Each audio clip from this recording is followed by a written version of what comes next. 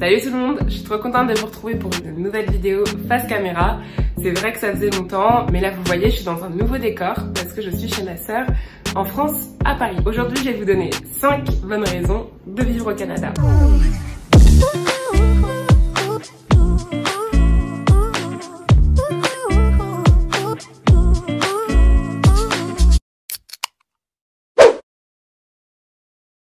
Alors, la première bonne raison de vivre au Canada, c'est le marché du travail. Donc ça, vous devez déjà vous en douter. J'en ai déjà parlé dans ma vidéo sur l'emploi, que je vous invite bien évidemment à aller regarder, qui est une vidéo sur l'emploi très détaillée.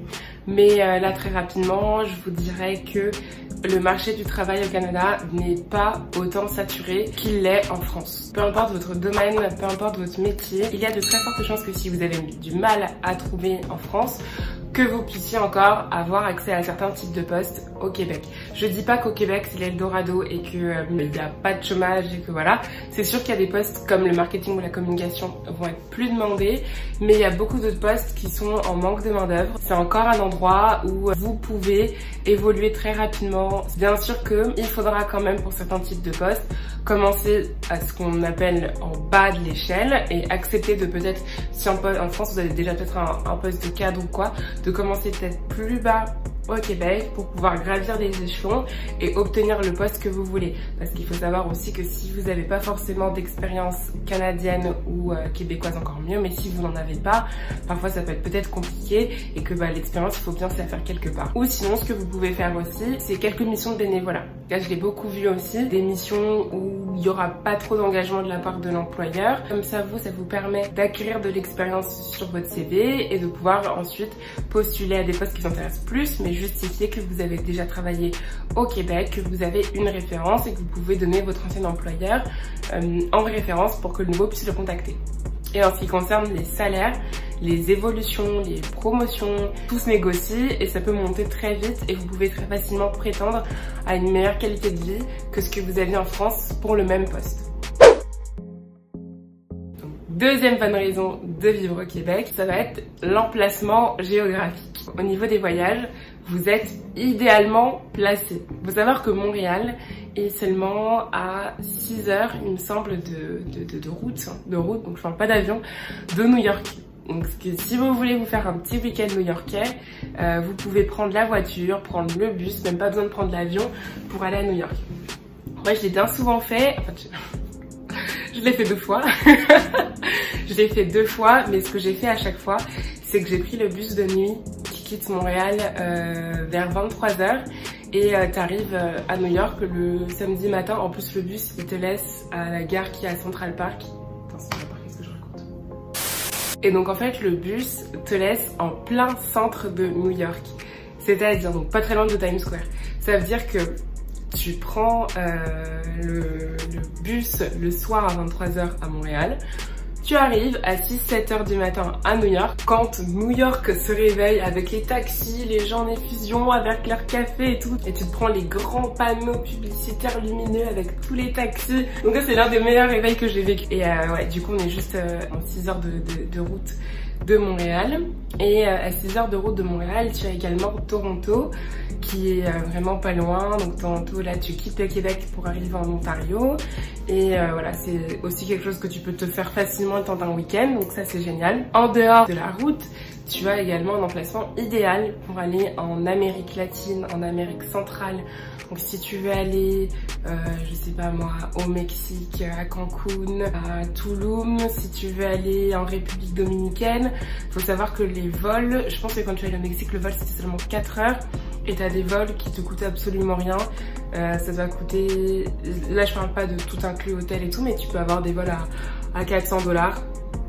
Ce qui fait 400 $, ça fait quoi? Ça fait un peu moins de 300 €. Et voilà, tu peux partir le temps d'une semaine assez facilement au Mexique. Après, tu as des destinations comme la Jamaïque qui sont pas très loin. Tu as des gens qui vont aussi au Brésil, tu as Porto Rico. Pour rester dans les loisirs, si tu es quelqu'un de très nature, de montagne, plein air, tu as des lacs, des randonnées, des montagnes, des vues à couper le souffle. Et pour ça, t'as même pas besoin de quitter le Québec parce que t'as vraiment tout ce qu'il faut pour tout ce qui est activité en plein air, randonnée, la marche. Il y a des activités qui sont incroyables comme ce qu'on appelle le vélo suspendu que j'ai toujours voulu faire mais que j'ai pas pu faire encore malheureusement. Mais c'est genre un vélo suspendu dans les arbres et tu fais du vélo suspendu. C'est tout, c'est aussi simple que ça, mais ça me donne trop envie d'essayer. Tu peux te louer des chalets au Québec, au bord de l'eau, tu peux faire du kayak, du canoë, tu peux tout faire. On a beaucoup ce qu'on appelle les canoë camping, donc tu fais un week-end canoë camping en fait, tu fais du camping et du canoë, genre tu te déplaces avec le canoë, bref, voilà. Alors, quatrième avantage à vivre à Montréal, c'est la sécurité. Alors ça, c'est quelque chose qui revient très souvent quand on parle de Montréal parce qu'on s'y sent bien, on est à l'aise et ça, pour le coup, c'est pas un mythe. En vivant à Montréal, j'ai fait des choses que je faisais pas en France. Ça veut dire rentrer le soir à 2h, 3h du matin, marcher 20 minutes à pied, sans avoir peur, sans avoir à me retourner, à me dire est-ce qu'on me suit, est-ce qu'il y a quelqu'un derrière moi ou quoi. Ça, c'est quelque chose qui n'a pas de prix en fait à Montréal, c'est vraiment la sécurité. En tant que fille, en tant que femme, tu peux prendre les transports sans avoir peur, sans regarder est-ce qu'il y a d'autres filles dans la rame de métro, est-ce que je suis suivie, comment est-ce que je vais m'habiller parce que je compte rentrer à pied ce soir, ah bah non, bah là je suis habillée en robe donc faut que je prenne un Uber. Ça, c'est des choses que tu fais plus à Montréal. À Montréal, tu réfléchis même plus. Il y a quelque chose que je trouve génial. Il me semble que ça dure la période de l'été. Quand tu prends le bus, tu peux demander à t'arrêter entre deux arrêts. Donc si par exemple il y a deux arrêts qui sont très étendus et que toi ta maison se trouve en plein milieu des deux arrêts, t'as pas à faire l'un ou l'autre et à devoir marcher trop longtemps en fait toute seule. Tu vas juste pouvoir demander l'arrêt entre deux stations et ça c'est tellement bien, c'est tellement plus sécuritaire. Ça c'est un gros plus pour Montréal. Dernier avantage, en tout cas dont je parlerai dans cette vidéo aujourd'hui, c'est peut-être difficile à croire, mais c'est l'hiver. Alors pourquoi l'hiver? Pourquoi je cite l'hiver? Pourquoi moi, Mylène, une personne qui déteste le froid, qui n'était jamais allée au ski quand je vis en France, qui n'était jamais allée à la montagne, voilà, qui est frileuse, qui n'aime pas le froid l'hiver, pourquoi est-ce que je cite l'hiver en avantage à vivre au Canada? Eh bien c'est tout simplement parce qu'en vivant au Canada, on apprend à aimer l'hiver et on apprend à le découvrir autrement. Donc je dis pas que j'ai changé et que je suis une fan de neige ou quoi, mais j'ai tout simplement que mon rapport avec le froid et la neige a changé depuis que je vis ici. Parce que déjà première raison, on s'habille mieux. On s'habille mieux et je trouve qu'en France, on aime le style. Et on garde ça jusqu'à l'hiver, c'est-à-dire que même s'il fait froid, ça va être rare quand même de voir des gens avec le manteau bien fermé. Bon, les gens, on s'entend, je parle des gens qui aiment, qui font attention à comment on s'habille. Et même en hiver, tu vas mettre ta petite écharpe balancée comme ça, avec ton petit manteau Zara d'hiver qui est épais comme ça, avec ton petit manteau et tes petites bottines, et ça s'arrête là. Et on se plaint d'avoir froid. Mais parce qu'ici, en fait, si tu veux survivre à l'hiver, t'es obligé de t'habiller correctement. C'est-à-dire que tu as plusieurs couches. De toute façon, je pense que je ferai une vidéo sur l'hiver de manière générale au Canada. Mais en tout cas, on apprend à s'habiller, à mettre des vêtements chauds, à mettre des manteaux longs qu'on va fermer jusqu'en haut avec écharpe, manteau, gants, double gants, pull en dessous, chaussettes, collants, tout ça. Et on oublie le style, tu apprends à t'habiller. Et maintenant, une fois que t'es correctement habillé, là, tu peux profiter de ton hiver. Et en fait, l'hiver au Canada, c'est que oui, au quotidien, quand tu vas aller au travail et tout, c'est peut-être pas forcément agréable de marcher dans la neige et tout.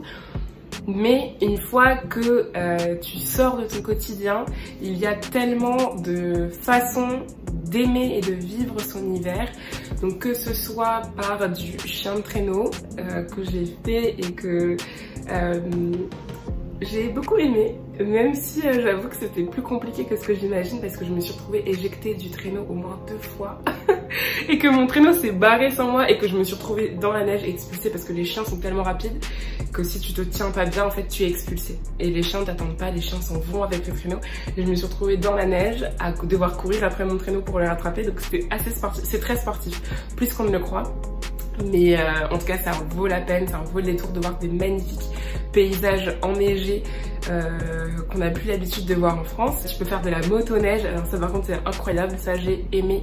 Je me suis sentie comme Tomb Raider sur ma motoneige, c'était génial. Tu peux faire de la motoneige, tu peux faire ce qu'on appelle des glissades. Donc là c'est un peu la version luge qu'on connaît en France, mais la version luge en France c'est un peu voilà, avec les moyens du bord quoi. Alors que là t'as vraiment des grandes montagnes enneigées, t'as vraiment des grosses maxi bouées, c'est un autre niveau de luge.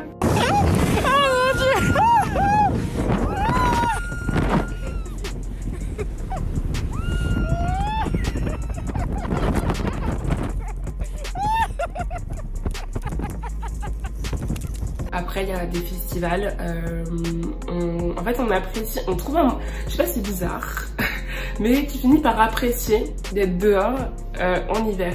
Donc, on a des festivals comme le festival qu'on appelle Igloo Fest, donc lui qui est en plein janvier quand il fait bien froid. Je l'ai fait qu'une fois, mais il faisait moins 30 degrés. Et finalement, bah, t'arrives à faire un festival à moins 30 degrés. Et on est bien resté peut-être un bon 3 heures.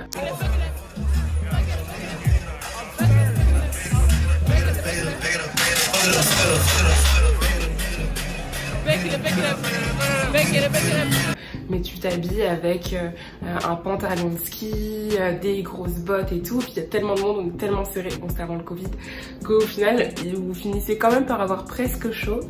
Mais voilà, en fait en vivant au Canada, tu vas découvrir le froid autrement, il y a tellement d'animations, il y a tellement d'activités, que même si t'es pas trop quelqu'un, moi en France il suffisait qu'il fasse allez, 0 degré, je sortais plus, je reste enfermée chez moi. Mais là de toute façon tu n'as pas le choix, parce que si tu sors pas de chez toi pendant 6 mois. Donc t'es obligé de commencer à sortir quand il fait froid, et petit à petit bah, tu vas quand même vouloir conserver une vie sociale et tu vas finir par faire des activités pour passer l'hiver, et c'est le meilleur moyen en fait de passer l'hiver, sinon c'est trop long et tu t'ennuies, et il y a tellement de choses à faire. Voilà pour aujourd'hui, c'est tout. J'ai fait que 5 avantages de vivre au Québec alors qu'il y en a des tonnes. Mais c'est volontaire parce que je vais vous laisser aussi la parole.